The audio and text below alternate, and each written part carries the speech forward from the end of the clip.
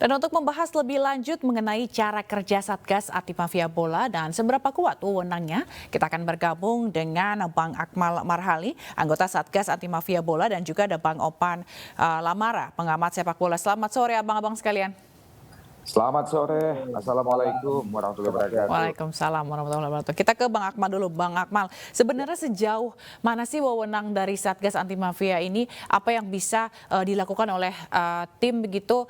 Apakah hanya bisa memberikan rekomendasi atau laporan kepada Presiden begitu tindakannya?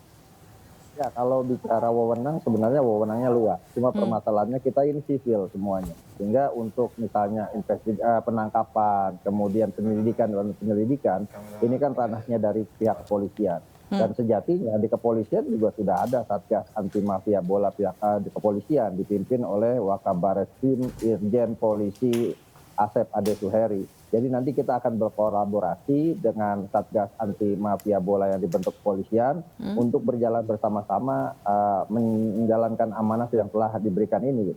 Kenapa dibentuk Satgas yang dalam konteks ini adalah Satgas yang masyarakat umum atau kemudian bukan dari kepolisian. Ini kan pengalaman terjadi adalah bahwa selama ini masyarakat itu enggan kalau melaporkan ke kepolisian. Yang paling harus dipahami adalah bahwa pengaturan skor, match fixing, dan sebagainya, segala kejahatan sepak bola ini kan deliknya delik aduan. Harus ada aduan, baik itu dari masyarakat maupun dari stakeholder sepak bola. Nah, selama ini kan stakeholder sepak bola itu paling malas untuk melaporkan ke kepolisian. Nah, karena itu ada satu lagi Satgas bentukan dari Satgas Independen ini yang diharapkan bisa menampung seluruh laporan-laporan yang diberikan oleh pihak masyarakat. Sekaligus yang pertama tugasnya adalah pencegahan. Nah, pencegahan ini penting, artinya dengan dibentuknya Satgas ini kita berharap semoga mereka yang dalam tanda kutip lagi mau nakal di sepak bola kita, apalagi sekarang Liga 2 sudah mulai, sebentar lagi Liga 3 sudah mulai, Liga 1 sudah sampai pekan ke-13, mulai agak segan atau agak khawatir kalau melakukan tindakan-tindakan yang tidak benar di sepak bola kita. Yang kedua ya penindakan. Nah, untuk penindakan ini kan kita perlu kolaborasi dengan pihak kepolisian, kemudian yang kedua juga dengan pihak kejaksaan. Nah, untuk hal ini kita masih akan melakukan koordinasi sejauh mana tugas dan wewenang kita, baik itu dari pihak kepolisian maupun pihak kejaksaan. Yang pasti adalah kita berkomitmen bersama-sama untuk membenahi sepak bola kita dari apa yang selama ini dirasakan oleh masyarakat. Dasar pemikirannya sebenarnya simpel. Masyarakat ketika disurvei oleh Lembaga Survei Indonesia, salah satunya berharap bahwa mafia bola ini diberantas dari sepak bola Indonesia. Artinya apa? Artinya bahwa mafia bola dengan segala bentuk kecurangannya dan dengan segala bentuk keculatannya itu sudah menjadi perbincangan publik, sudah bukan rahasia lagi, sudah menjadi rahasia umum di masyarakat. Sehingga kemudian ini meresahkan dan kita berharap kemudian kita bisa tuntaskan bersama-sama, bukan cuma oleh Satgas, bukan juga Satgas Independen maupun Satgas Kepolisian, tapi juga oleh seluruh masyarakat yang sejatinya mereka adalah Satgas sesungguhnya dari apa yang dibentuk saat ini. Baik kita ke Bang Opan. Bang Opan, tadi Bang Akmal bilang katanya udah jadi rahasia umum gitu ya. Intinya orang-orang udah pada tahu kalau ada mafia bola di persepak bola di Indonesia. Anda mengakui Anda pernah menjadi saksi melihat terjadinya mafia bola ini. Mungkin boleh diceritain Bang Opan. Iya, pertama saya ingin mengucapkan selamat kepada sahabat saya Bung Akmal atas terpilihnya menjadi salah satu anggota dari Satgas Independen ini. Kalau kita melihat bagaimana track record dari 4 yang mereka ditunjuk sebagai Satgas, maka ada harapan di situ.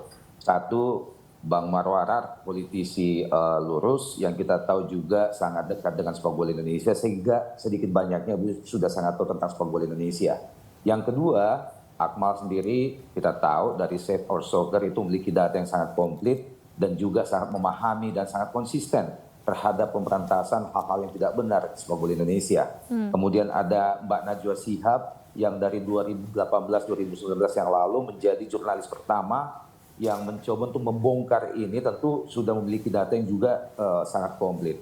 Kemudian ditambah dengan keberadaan auditor independen yang juga sudah sangat pengalaman dalam memeriksa keuangan negara. Nah, tadi di awal Pak Erick Thohir menyampaikan bahwa ada 2 yang menjadi landasan utama pembentukan Satgas ini. Yakni satu, tuntutan dari masyarakat akan sepak bola Indonesia yang bersih, tidak boleh lagi ada match fixing dan lain sebagainya. Yang kedua adalah keinginan Pak Erik untuk membersihkan atau membuat pengelolaan tata kelola keuangan di PSSI itu menjadi transparan dan sebersih mungkin. Nah, dua hal ini tentu menjadi tuntutan publik. Seperti kata Bung Akmal tadi, bahwa publik sangat merindukan sepak bola Indonesia yang bersih termasuk pengelolaan keuangannya.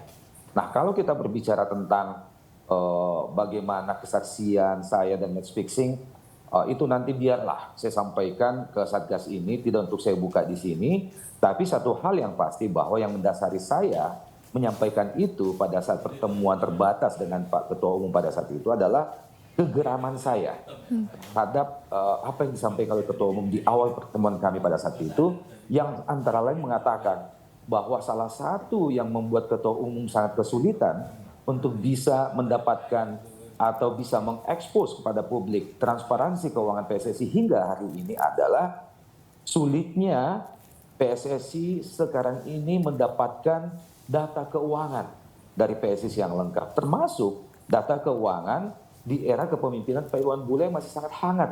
Kenapa yang baru bisa begitu, Bang? Karena tugas. Nah, ini karena bukan karena data keuangan itu tidak ada atau hilang, tapi kita bisa mengatakan bahwa ini karena data keuangannya dihilangkan. Bagaimana bisa organisasi sebesar PSSI yang mengelola uang ratusan miliar, itu data keuangannya bisa nggak ada. Baik. Masa kalah sama warung pecel lele itu. Nah, menanggapi itu, maka kegeraman sebagai pencinta sepak bola yang bersih, saya anggaplah pengamat yang mewakili jutaan. Baik. Saya mengungkapkan itu. Baik, saya harus potong dulu karena kita harus jeda dulu. Kita akan lanjutkan dialog usai jeda berikut ini. Jangan kemana-mana, tetaplah di iNewsroom.